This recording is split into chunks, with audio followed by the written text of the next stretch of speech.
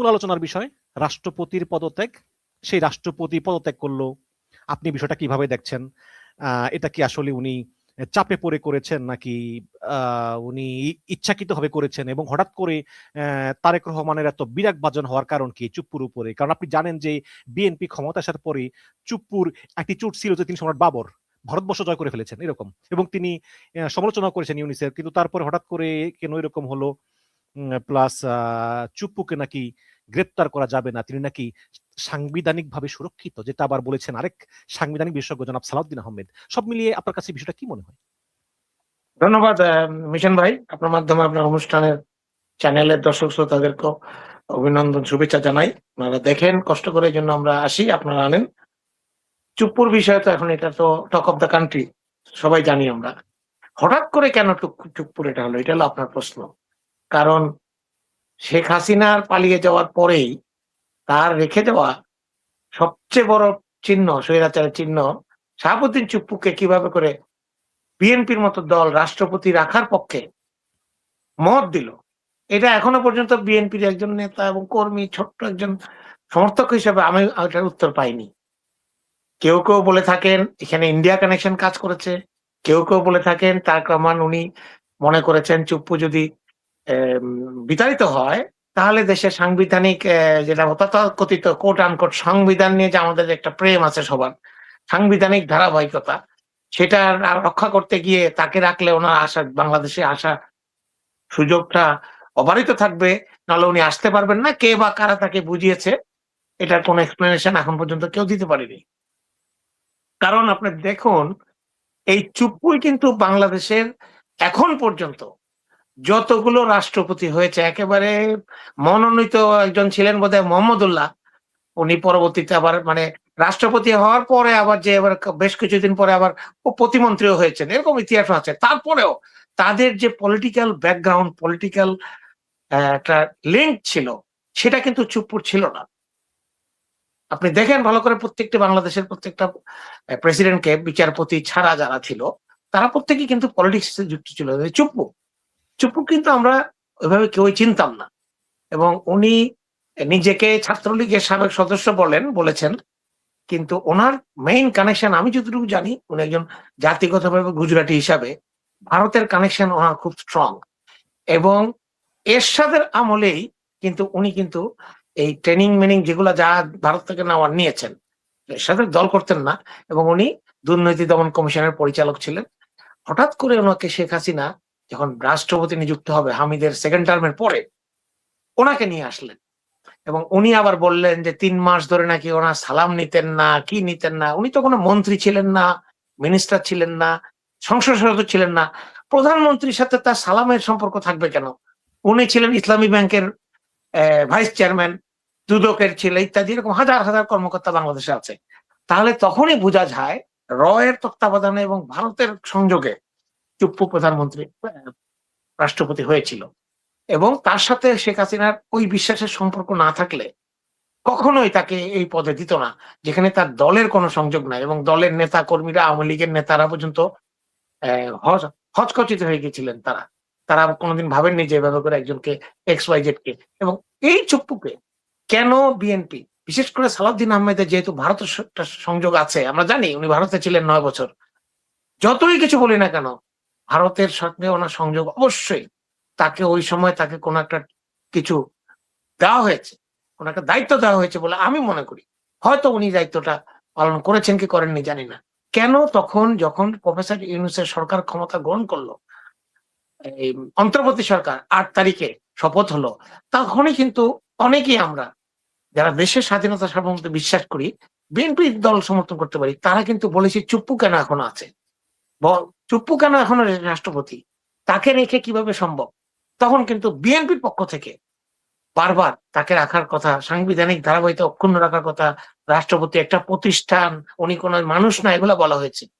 এবং এই কথাগুলো কিন্তু পরবর্তীতে চুপ্পু কিন্তু নিজেই স্বীকার করেছে বিভিন্ন বিদেশি গণমাধ্যমের কাছে, দেশে গণমাধ্যমের কাছে, যে আমাকে সশস্ত্র বাহিনী এবং বাংলাদেশ জাতীয়তাবাদী দল বিএনপির নেতৃবৃন্দ, নেতা বা যারা নেতৃত্বে আছেন তাদের সহযোগিতায় আমি সংবিধানের ধারাবাহিকতা, দেশের গণতন্ত্র ধারাবাহিকতা রক্ষা করেছি। এই যে প্রথমে এই যে কেন বলেছে? এই যে বলতেছে যে চুপ্পু মানুষ না, সে প্রতিষ্ঠান। তো শেখ হাসিনাও তো প্রতিষ্ঠান ছিল, মানুষ ছিল না। তারা এলেন কেন? Exactly, exactly. এটা তো একেবারে কথার পরে কথা এসে যায়।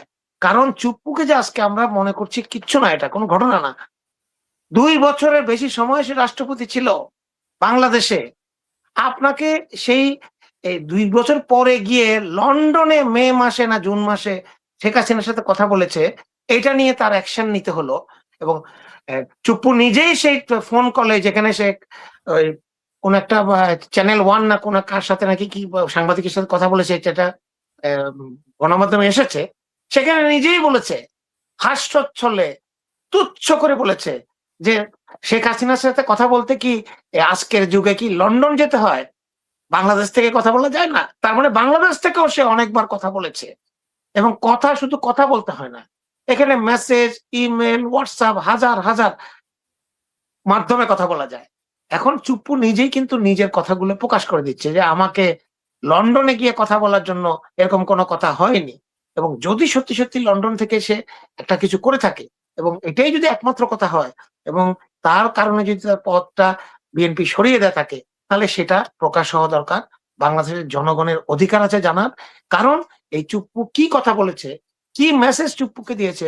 আর ভারতের যে নতুন যে ত্রিবেদী সাহেব আসলেন, বিজেপির নেতা ত্রিবেদী, দীনেশ ত্রিবেদী, উনি নতুন আ রাষ্ট্রদূত বাংলাদেশের, হাই কমিশনার, হোয়াটএভার। রাষ্ট্রদূতই বলে, হাই কমিশনার তো ব্রিটিশ সাম্রাজ্যের, ব্রিটিশের অধীনে থেকে তারা হাই কমিশনার বলে। তিনি কি মেসেজ চুপ্পুকে দিয়েছেন? এটা তো জানা খুব জরুরি।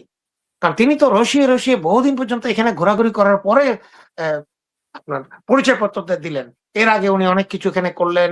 যখন তারেক রহমান চায়নায়, উনি এখানে সাংবাদিক সম্মেলন করলেন। এম ভারতের ভিসা খুলে দেওয়া হলো। বিরাট একটা কাজ। এই ভিসা ছাড়া বাংলাদেশের জনগণ মরে যাচ্ছে, কান্না করছে তারা। তারা আসতে পারছে না, ভিসা দাও। তারা নিজেরাই বন্ধ করলো, নিজেরাই খুলে দিল। সেই লোকটার কথাটাও কিন্তু এখানে তদন্তে আসা দরকার। আমাদের গোয়েন্দা সংস্থা আছে। এই গোয়েন্দা সংস্থার কাজ হলো এই রাষ্ট্রীয় নিরাপত্তাগুলো মেইন। না, বিরোধী দল জি? গোয়েন্দা সংস্থাই তো ইনফর্ম করেছে তারেক রহমানকে যে চুপ্পু শেখ হাসিনার সঙ্গে যোগাযোগ রেখেছে। কিন্তু আপনার কাছে আমার প্রশ্ন হচ্ছে ২ টা। একটা হচ্ছে যে আপনি কি আসলেই মনে করেন যে শেখ হাসিনা এই যে হুমকি দিচ্ছে ডিসেম্বরে দেশে আসবো, এর সঙ্গে চুপ্পুর একটা কানেকশন আসলেই আছে? চুপ্পুর কাছ থেকে কোনো আশ্বাস বা বিশ্বাস পেয়েছেন কিনা? এবং টাইমস অফ বাংলাদেশ নামে একটা পত্রিকা আছে, তারা বলেছে যে তারেক রহমান যে চুপ্পুর ব্যাপারে সিদ্ধান্ত নিয়েছেন, এতে জামাতের সিনিয়র নেতাদের সঙ্গেও তিনি আলোচনা করেছেন। সেখানে জামাতের নেতারাও জানতো। এটা সত্য বলে আপনি মনে করেন কিনা? এই জামাতের ব্যাপারটা তারেক রহমানের সাথে তাদের কিরকম কথা হয়েছে কিনা এটা আমি জানি না এবং এটা আমি শুনিনি। কিন্তু এই যে একটা যে এখন যে চুপ্পুকে যে হঠাৎ করে সরিয়ে দেওয়ার যে একটা সিদ্ধান্ত হলো এবং এটার রেফারেন্স এ বাজারে ছড়িয়ে দেওয়া হলো যে লন্ডনে গিয়ে উনি চিকিৎসার্থে লন্ডনে গিয়ে উনি শেখ হাসিনার সাথে যোগাযোগ করেছেন ইত্যাদি। এটাই কি একমাত্র কারণ? নাকি কারণটা আরো আমি গভীর? এটাকে অন্যভাবে দেখি। দেখুন, চুপ্পু যে ভারত কানেকশন এবং শেখ হাসিনার খুব ঘনিষ্ঠ এবং শেখ হাসিনার অন্যতম মিত্র, এটা সবাই কিন্তু জানে। তারেক রহমানও জানে, বিএনপি সবাই জানে, জামাত ইসলামী জানে। কেন চুপ্পুকে এতদিন সরানো হয়নি? আমার ধারণা ভারতকে কোন রকমের কোন চাপে বা কোন রকমের প্রেশার তারেক রহমান দিতে চাননি। যখনই উনি চায়নার সাথে এবং টার্কির সাথে, পাকিস্তানের সাথে বেশ কিছু বড়, বড় চুক্তি তারা করেছেন এবং সমঝোতায় এসেছেন, সেই কারেক্ট টাইমে উনি চুপ্পুকে সরালেন। এটা আমার ধারণা। এবং আমি মনে করি এই যা ঘটনা হয়েছে গত ২ বছরে সবকে নিয়ে, এটাই আমার মনে হয় one of the main reason যে উনি রাইট টাইমটার জন্য অপেক্ষা করছিলেন। এম প্রফেসর ইউনূসের সময় তো আর তারেক রহমান ক্ষমতায় ছিলেন না। তার কোনো হয়তো তো বলতে পারতেন। দলের প্রধান হিসেবে বলতে পারতেন। কিন্তু তা তাহলে উনারা বলেননি। তাহলে আপনার কথা হচ্ছে যে তারেক রহমান ক্ষমতায় আসার জন্য অনেক সময় অনেক কিছু চুপ থেকেছেন বা কম্প্রোমাইজ করেছেন। এখন ক্ষমতায় এসে তিনি মানে তার ইচ্ছামত কাজ করতেছেন। আপনি এটাকে বলছেন সঠিক সময়। আপনি মাত্র বললেন যে সঠিক সময়ের জন্য তারেক রহমান ওয়েট করেছেন। তারেক রহমান মনে করেছেন যে এটাই সঠিক সময় চুপ্পুকে সরানোর। তাই তো? জি, না কিন্তু আমি একটু এখানে একটু এড করে দিই। দর্শকরা একটু কনফিউজড হয়ে যাবেন। মিক্স মেসেজ পাবেন। মানে আমি বোঝাতে চেয়েছি যে যেহেতু ভারতের নিযুক্ত এবং ভারত বলা হয়ে থাকে ভারতের মানে পেট লোক এই সেই চুপ্পু। রয়ের সাথে তার যোগাযোগ এবং দীর্ঘদিনের বা সবাই কিন্তু জানে এটা। তাকে সরাতে হলে ভারতকে চটানো তার পক্ষে সম্ভব ছিল না, যতক্ষণ পর্যন্ত না আরেকটা বন্ধু সে খুঁজে পায়, যেটা চায়নার সাথে যখন উনি চায়না গেলেন প্রথম সফরে এবং মালয়েশিয়া, সেই করার পরেই উনি এখন এই কারণে ডিসিশন, এখন চুপ্পুকে সরালেও ভারত আমাদেরকে যদি বিরক্ত হয় কিছু আসে যায় না, বা তেমন কোনো এফেক্ট আমাদের উপর হবে না, কারণ আমাদের এখন অনেক ভারতের সমকক্ষ, ভারতের চেয়ে শক্তিশালী বন্ধু আছে। এইটাই মাইন্ডসেট কাজ করে হচ্ছে বলে আমি মনে করি। অবশ্যই অবশ্যই, কিন্তু এটাই কি একমাত্র মাইন্ডসেট? এটাই কি তারেক রহমানের সিদ্ধান্ত যে এখন সঠিক সময়? তারেক রহমান একজন রাষ্ট্রপতিকে ক্ষমতায় আসারও এত মাস পর্যন্ত মেনে নিয়েছেন, কিন্তু সেই তারেক রহমান রাষ্ট্রপতিকে একটা সপ্তাহ মানতে পারলেন না, বলে দিলেন আপনি শুক্রবারের ভিতরেই পদত্যাগ করবেন, আপনার এর বাইরে টাইম নাই। কেন রাষ্ট্রপতিকে এত দ্রুত পদত্যাগের নির্দেশ দিলেন? শুধু কি এই সঠিক সময়ে মনে করেছেন? আপনি জানেন যে অন্তর্বর্তীকালীন সরকারের আমলে ইউনূস সরকার চেষ্টা করেছিল চুপ্পুকে সরিয়ে দিতে, কিন্তু সেই সময় বাধা হয়ে দাঁড়িয়েছিল বিএনপি এবং সেনাপ্রধান জেনারেল ওয়াকারুজ্জামান। জানেন আপনি? আপনার কি মনে হয় যে তারেক রহমান চাপ দিয়েছেন চুপ্পুকে যে তুমি শুক্রবারের ভিতরেই পদত্যাগ করো, কারণ ওয়াকারুজ্জামান দেশে নাই, সে রবিবারে দেশে এসে পড়তে পারে, কোনো ঝামেলা হইতে পারে? এই কারণে কি মানে তারেক রহমান চিন্তা করেন যে সেনাবাহিনীর প্রধান যেহেতু তুরস্কে আছে, এই সুযোগে চুপ্পুকে বিদায় করার উপযুক্ত সময়? না না, বিষয়টি আমি যতটুকু জানি এবং আমি এদের সাথে আমার একটা ঘনিষ্ঠ সম্পর্ক আছে, বিশেষ করে ওয়াকারুজ্জামানের সাথে, এবং এটা কোনো রাজনৈতিক সম্পর্ক না, এটা সৌহার্দ্য সম্পর্ক ব্রাদার অফিসার হিসেবে। এইটা এই ধরনের না। আমার মনে হয় এই যে বার্তাটা যেটা গোয়েন্দা সংস্থারা উদ্ঘাটন করেছে, যে কারণে ওনাকে সরানো হলো, এই বার্তাতে এমন কিছু ছিল যেটা শেখ হাসিনার ডিসেম্বরের প্রত্যাবর্তনের ঘোষণার সাথে সম্পর্কিত, এবং কনক্রিট কিছু ছিল এখানে তাদের আলাপে, যে হয়তো আরো ডিটেলস আলাপ এখানে আছে, সেই কারণে উনি অন দা স্পট এই ব্যবস্থাটা নিয়ে বাধ্য হয়েছেন বা দিয়েছেন। বাট রাইট টাইমটাও একটা কাজ করেছে। তাকে অজুহাতটা কিন্তু তখন আগে আমরা জানিনি, মে মাসে জুন মাসের কথা আমরা জুলাই মাসে এসে শুনছি, তাহলে he was waiting for the right time. But সেনা প্রধান বিদেশে গিয়েছেন বা আসেননি, উনি না থাকা অবস্থায় এরকম কোনো ঘটনা আমি মনে করি না, এবং ওরকম কোনো ঘটনা হয়নি। খুবই সৌহার্দ্যপূর্ণ এবং সুন্দর সম্পর্ক সেনা প্রধানমন্ত্রীর সাথে সেনা প্রধান এবং আমাদের নবনিযুক্ত যে প্রতিরক্ষা উপদেষ্টা আছে ব্রিগেডিয়ার জেনারেল শামস, তাদের মধ্যে একটা সুন্দর সৌহার্দ্য সম্পর্ক নিয়ে তারা এখন কাজ করছেন আমি যতটুকু জানি, এবং খুব সুন্দর সৌহার্দ্য সম্পর্ক ওয়াকার এবং সাথে। জি, বুঝলাম, কিন্তু নিন্দুকেরা বলে যে ওয়াকার এবং চুপ্পু এই দুইজনই আসলে বিএনপিকে অনেক সাপোর্ট দিয়েছে যখন ইউনূস সরকার ক্ষমতা ছিল, অন্তর্বর্তীকালীন সরকারের আমলে। তো চুপ্পুকে তারেক রহমান সরিয়ে দিয়েছে, এখন নেক্সট টার্গেট জেনারেল ওয়াকারুজ্জামান। কি বলবেন? এটা আমি আবার বলছি, এর সাথে এটা রিলেশন কোনোভাবেই না, কারণ চুপ্পুর কিন্তু এখানে কিন্তু ওই যে পদ আর মানুষ না প্রতিষ্ঠান, এই কথাটা কিন্তু এখানে আসে। আর চুপ্পু কিন্তু নিজেই বলেছে যে অন্তর্বর্তীকালীন সময়ে আমি গৃহবন্দী ছিলাম বলা যায়, আমাকে কোনো জায়গায় যেতে দেওয়া হতো না, আমাকে কেউ কিছু জিজ্ঞাসা করতো না। তার মানে বাংলাদেশের রাষ্ট্রপতির পদটা এমন অবস্থায় তারা নিয়ে গেছে যে এটা একটা ফর্স থাকবে, উনি আমাদের সর্বাধিনায়ক। এই কোনো আপৎকালীন হলে ওনার কাছ থেকে পরামর্শ নিতে হয়, কি কি জানিয়ে নিতে হয় প্রতিষ্ঠান। কিন্তু তাকে সরিয়ে দিলে বা রাখলে কি ডিফারেন্স আমাদের সরকারে হবে বা হচ্ছে, বা দেশের কি ডিফারেন্স হচ্ছে, আমি ঠিক বুঝি না আসলে এই সেরেমোনিয়াল রাষ্ট্রপতির সময়। আর ওয়াকারুজ্জামান আগামী বছরের জুনে তার চাকরির মেয়াদ শেষ। এখন প্রধানমন্ত্রী বা প্রতিরক্ষা মন্ত্রী যিনি আছেন, আমাদের প্রধানমন্ত্রী প্রতিরক্ষা মন্ত্রী, তারা সিদ্ধান্ত নেবেন তাকে সরিয়ে দেবেন নাকি তাকে রাখবেন নাকি এক্সটেনশন করবেন। এর মধ্যে আমি মনে করি না চুপ্পুর কোনো কানেকশন। তবে ওয়াকারুজ্জামান যে কাজটা করেছে 5ই আগস্টের সময়, এখন অনেকে অনেক কথা বলছেন, ওই সময় যদি ওই কাজটা সে না করতো, এবং সেনাবাহিনীরা যখন গুলি চালাতে, জুনিয়র অফিসার এবং সৈনিকরা গুলি চালাতে তারা যখন রিফিউজ করলো, এবং ওয়াকারুজ্জামান যখন প্রত্যেকটা ডিওসি কে তখন মেসেজ দিলেন সেনাবাহিনী যেন আর গুলিটা কোনো কনফ্লিক্টে না যায় এবং আমরা এটাতে যাব না, এই সময় থেকে নিয়ে তার পরবর্তী কার্যক্রম যে কাজটা উনি করেছেন, তাতে করে আপনার কি মনে হয় না যে উনি বাংলাদেশের গণতন্ত্রের জন্য এই জিনিসটা স্টেপটা নেওয়াটা রাইট অবশ্যই ছিল? এবং অবশ্যই। আমি আবার বারবার বলছি, আমি ওয়াকারুজ্জামানের কোনো সমর্থক বা তার কোনো ইয়ে না, আমি একজন আমার জুনিয়র অফিসার হিসেবে তাকে মায়া করি, সে আমাকে সম্মান করে, সেই হিসাবে একটা সম্পর্ক। আমি পলিটিক্যালি কোনোভাবেই তার সাথে আমি আলাপ করি না, কখনো করবো না। 5 তারিখে যখন হাসিনা পালিয়ে গেলেন, আপনারা সবাই তখন, আমরা বিদেশ থেকে টিভি যতগুলো চ্যানেল আছে সব চ্যানেল আমরা 3-4টা টিভিতে লাগানোর চেষ্টা করেছি, ঠিক আছে? যদি ওয়াকারুজ্জামান ওই সময় ঘোষণা করতেন সেনাবাহিনী শেখ হাসিনা ভারতে পালিয়ে গেছেন বা ক্ষমতা ত্যাগ করেছেন, পদত্যাগ করেছেন, জাতির বৃহত্তর স্বার্থে, জনগণের বৃহত্তর স্বার্থে, দেশের স্বার্থে সেনাবাহিনী, সশস্ত্র বাহিনী দেশের শাসনভার গ্রহণ করলো, আজকের থেকে এ করবো, কি অসুবিধা? কোনো অসুবিধা হতো? আপনি বলেন, কোনো প্রতিবাদ হতো? মানুষ তো অলরেডি 3 তারিখ 4 তারিখ থেকেই সেনাবাহিনীর ট্যাঙ্কের উপরে যারা আছে তাদেরকে ফুল দিচ্ছিল, আমি দেখেছি। এবং এটা সিপাহী বলছিল জনতার বিপ্লব মনে হচ্ছিল। বলছিল এই মুহূর্তে দরকার সেনাবাহিনী সরকার, স্লোগান তো হ্যাঁ, দিচ্ছিল। সবাই বলেছে। তো ওয়াকার তো সেটা করেনি, এবং ওয়াকার 3 দিনের মধ্যে প্রফেসর ইউনূসের সরকার গঠন করতে সহায়তা করেছে। এখন আপনি যদি বলেন যে ভাই ওয়াকারুজ্জামান এই করেছে, সেই করেছে, ও যেটা করেছে নিঃস্বার্থভাবে করেছে। স্যার, আমি একজন হার্টের পেশেন্ট, আমার ওপেন হার্ট হয়েছে, ক্যাটাগরি সি তে আছি। আমি 2টা সিঁড়ি আমি উঠলে, এক সিঁড়ি উঠলে আমি টায়ার্ড থাকি। আমি কিসের আমার ক্ষমতার লোভ বা আমার ভবিষ্যৎ প্ল্যান? আমি চাকরি করি, চাকরির অভিশাপে আমার যতটুকু ভালো করার আমি করব।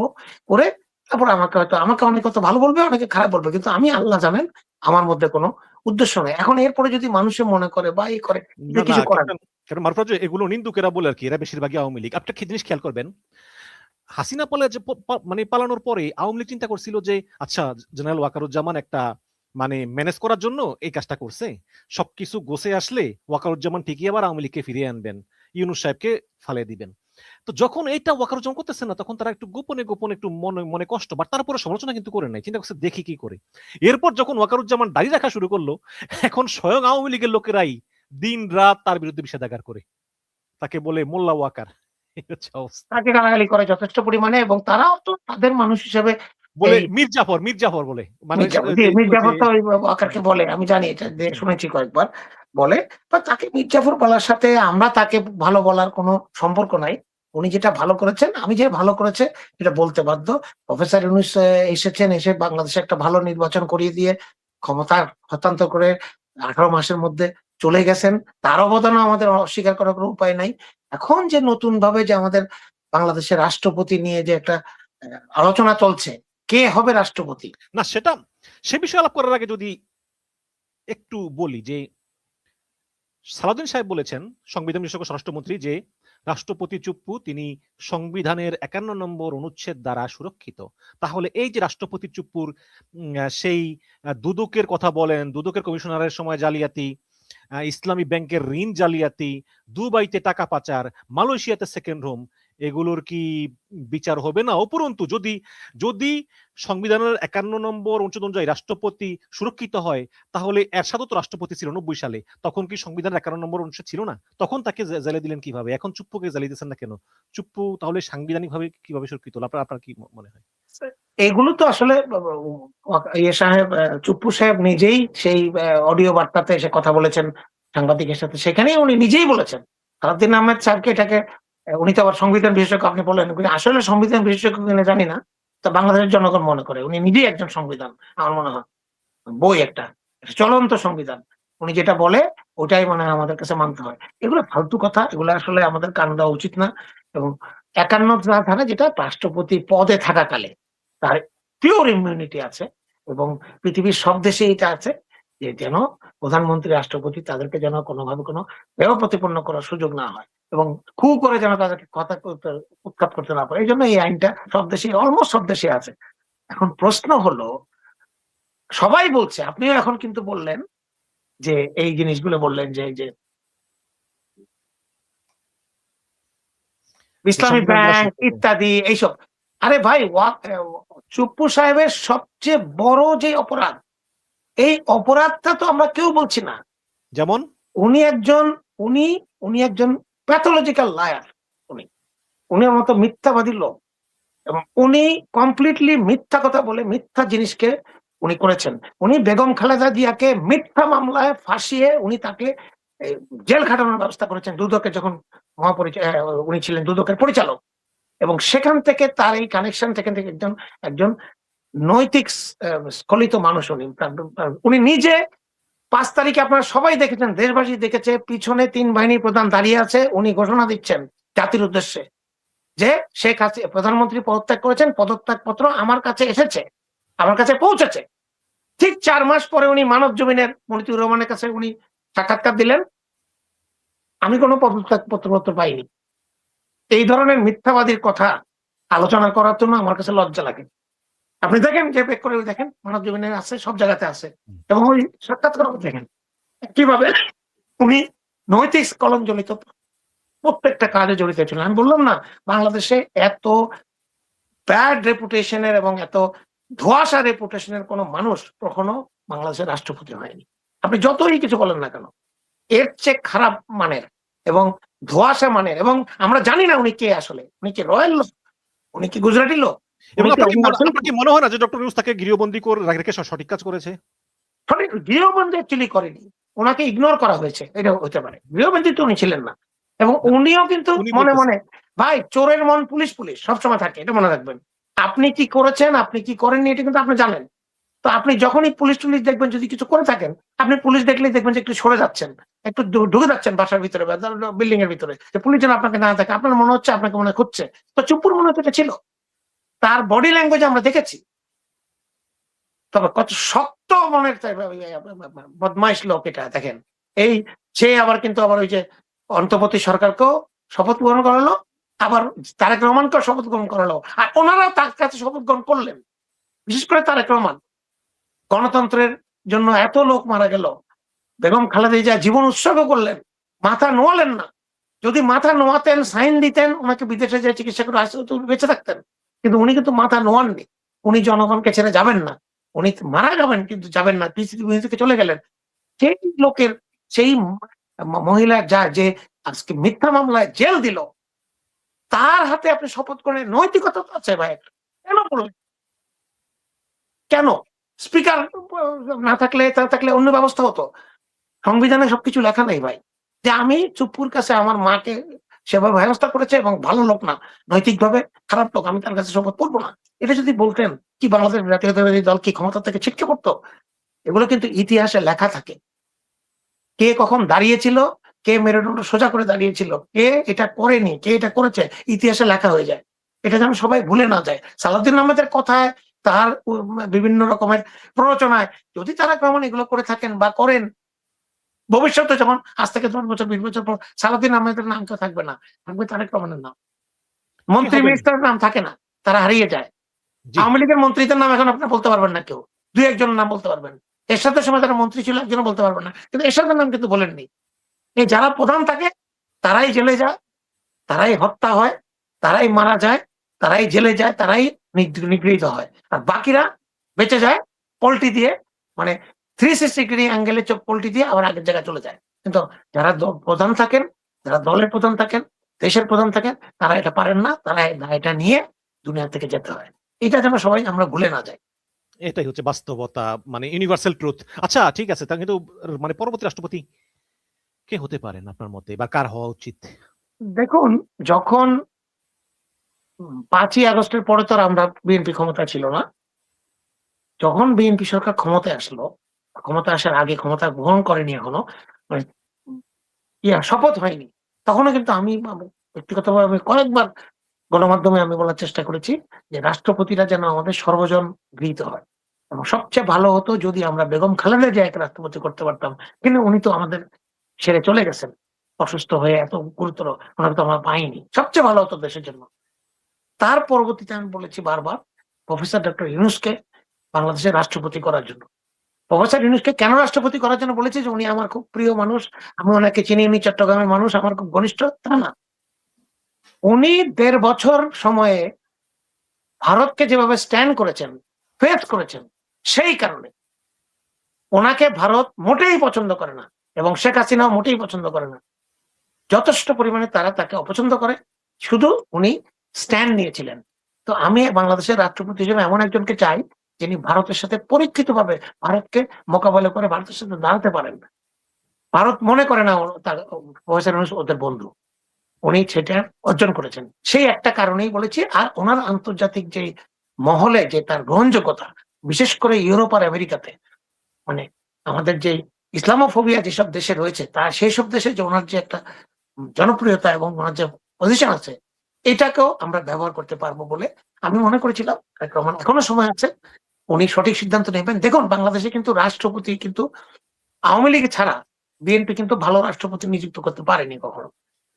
আর মহাসচিবের রাষ্ট্রপতি নিযুক্ত করা তো বিএনপির ভেরি ব্যাড এক্সপেরিয়েন্স আছে। আমরা তো আমাদের প্রতিষ্ঠাকালীন মহাসচিবকে রাষ্ট্রপতি করেছিলাম না, প্রফেসর বদরুদ্দোজা চৌধুরী। উনি কি করলেন? উনি মাজার জিয়ারত করতে, উনি জিয়া রহমানের মাজার জিয়ারত করতে যাবেন না, উনি হয়ে গেলেন একেবারে বাংলাদেশের ছোট জগন্নাথ, একদম মানে কি বলবো এটা, নিরপেক্ষ মানুষ। 6 মাসের মাথায় ওনাকে এখন থেকে বিতাড়িত করা হলো। তারপরে আবার বিএনপি করলো প্রফেসর ইয়াজউদ্দিন আহমেদকে, খুব ভালো একজন ইয়ে শিক্ষাবিদ ইত্যাদি। উনি কি করলেন 11-র সময় আমাদের সাথে কিভাবে পল্টি দিলেন?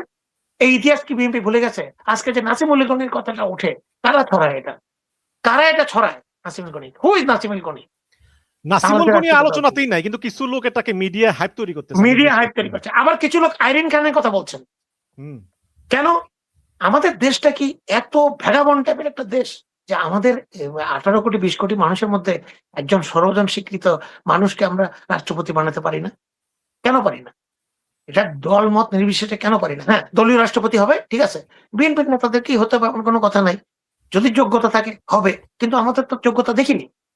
যাদের নাম এসেছে তারা তো গত 15 বছর 20 বছর ধরে বাংলাদেশের জাতীয়তাবাদী দল ক্ষমতায়, সরি, দলের নেতৃত্বে ছিলেন। তারা তো হাসিনাকে হটাতে পারেননি। তারা তো আমাদেরকে ঐক্যবদ্ধ করে হাসিনা হটাতে পারেননি। আমরা তো গুম খুনের শিকার হয়েছি। তারা নিজেরা সমঝোতা করে দেশে রয়েছেন। এখন তাদের মধ্যে একজনকে রাষ্ট্রপতি করেন, 3 দিন পরে শুনবো যে তারা আবার কবর জিয়ারতে যাবে না। এটা হতে পারে। এখন তারা প্রমাণ সিদ্ধান্ত নেবেন, উনি কার উপর বিশ্বাস রাখবেন। আমি মনে করি প্রফেসর ইউনূসের সাথে জিয়া পরিবারের খুব ভালো সম্পর্ক এবং আস্থার সম্পর্ক। এবং উনি যদি উদ্যোগ না নিতেন, ব্যক্তিগত উদ্যোগ না নিতেন, তারেক রহমান এত সুন্দরভাবে দেশে তখন আসতে পারতেন না। উনি লন্ডনে গিয়ে তাকে ডেকে উনি এনেছেন। জনাব মারুফ রাজু, সমস্যাটা হচ্ছে কি, মনে করেন তাহলে তো প্রধানমন্ত্রীর চেয়ে প্রেসিডেন্টের ব্যক্তিত্বটা বড় হয়ে যায়। কারণ প্রফেসর ইউনূস কিন্তু উনি কিন্তু এটা কিন্তু এই কথাটা আমি এক্সপ্লেইন খুব ভালো প্রশ্ন করেছেন। চাঁদ কি কখনো চায় যে সূর্য আমার বসুক? প্রফেসর ইউনূস একজন রাজনীতিবিদ নন, এবং উনি যখন সরকারে এসেছিলেন ওনার ব্যক্তিগত ইমেজের মাধ্যমে ওনাকে সবাই সিলেক্ট করেছে যে আমাদের একজন বিশ্বখ্যাত নোবেল জয়ী। উনি কিন্তু সেটা কিন্তু উনি রাজনীতিবিদ হয়ে উঠতে পারেননি এবং কখনো পারবেন না। এই জন্য উনি ওনার যে উপদেষ্টারা অবারিত দুর্নীতি যেগুলো আমরা শুনি, সবকিছু শুনি এবং অনেক রকমের ব্যাড ডিসিশন, এগুলো কিন্তু উনি স্টপ করতে পারেননি, কারণ উনি রাজনীতিবিদ নন। উনি একজন এনজিও কর্মী, উনি একজন ব্যাংকার। সেইটার জন্যই বলছি উনি প্রেসিডেন্ট হলে পরে এটা তারেক রহমানের জন্য, প্রধানমন্ত্রীর জন্য সহায়ক হবে, কারণ সম্পর্কটা খুব ভালো সুন্দর। এবং উনি তো রাজনীতিবিদ নন, উনি তো ওই এজেন্ট না বিভিন্ন দেশের। চুপ্পুর মতো উনি লন্ডনে যে জায়গায় যে টেলিফোন করার কোনো রেকর্ড নাই, তাহলে ওনাকে নেওয়া যায়, ওনাকে বিশ্বাস করা যায়। এটা মনে করি আমি, আমার পক্ষ থেকে মনে করি। এখন যেই যে রাষ্ট্রপতি চুপ্পুর পরবর্তী সময়ে আমাদের মধ্যে একটা বিশ্বাস অবিশ্বাসের তোলাচল চলছে। চুপ্পুকে কেন রাখা হলো? বিএনপি যে একটা চাপ, এই চাপটাকে মুক্ত করার জন্য যে কয়েক বছর প্রফেসর ইউনূস বাঁচেন, আল্লাহ ওনাকে হায়াত দিক, ওনাকে যদি রাজি করানো যায় বাংলাদেশের রাষ্ট্রপতি হিসেবে, এখানে আমরাও খুশি, ভারত অখুশি, চায়না থেকে শুরু করে পাকিস্তান থেকে শুরু করে অন্যান্য বন্ধু আমেরিকা সবাই খুশি। কোনটা আমাদের জন্য উইন উইন সিচুয়েশন হবে এটা তারেক রহমান সিদ্ধান্ত নেবেন। তবে কারো কথা শুনে কাউকে হঠাৎ করে রাষ্ট্রপতি করে বাংলাদেশের ইয়াজউদ্দিন টাইপ রাষ্ট্রপতি আমরা দেখতে চাই না। এটা আমার জনগণের পক্ষ থেকে, মানে বাংলাদেশের জনগণের পক্ষ থেকে আমি এটা অনুরোধ রাখলাম। ক্যাপ্টেন মারুফ রাজু, আপনাকে অনেক ধন্যবাদ। আপনি ভালো থাকবেন। আসসালামু আলাইকুম। একটা কথা তো আপনি বললেন না, যে সেনাবাহিনীর কথাটা বললেন। ও আচ্ছা, ভুলে গেছিলাম। জি, আমি দেখলাম যে সেনাবাহিনীর একটা প্রমোশন বোর্ড গঠন করা হলো। আমরা যেটা আলোচনা করেছিলাম আপনার সঙ্গে মানে অনুষ্ঠান শুরু করার আগে, সেই বিষয়ে যদি একটু আপনার বক্তব্য বলতেন যে সেনাবাহিনীর প্রমোশন বোর্ডটা কি সঠিকভাবে গঠিত হয়েছে কিনা, যোগ্য লোক এখানে স্থান পেয়েছে কিনা। সেনাবাহিনী প্রতি বছরই প্রমোশন বোর্ডটা হয়, কর্নেল টু ব্রিগেডিয়ার এবং লেফটেন্যান্ট কর্নেল টু কর্নেল। এটা খুব ঘটা করে, এটা একটা ট্র্যাডিশনাল। তো এবারও হয়েছে, এবং এবার প্রধানমন্ত্রী তারেক রহমান প্রথমবারের মতো উনি সেখানে উপস্থিত থেকেছেন, উনি ওখানে বক্তব্য দিয়েছেন এবং ওখানে দেখলাম সবাই তাকে সেলিব্রেট করছে। সেনাবাহিনীতে কম বেশি 52 জন জেনারেল আছেন, অ্যাবাউট 52-53। তো এখানে এখন যারা আছেন তারা সবই আওয়ামী লীগের আমলে নিযুক্ত করা, এবং এই নিযুক্তিটা কেন কিভাবে করা হয়েছে, কেমন করা হয়েছে সবাই জানি আমরা। এটা একেবারে 100% ভাবে রাজনৈতিক ভাবে।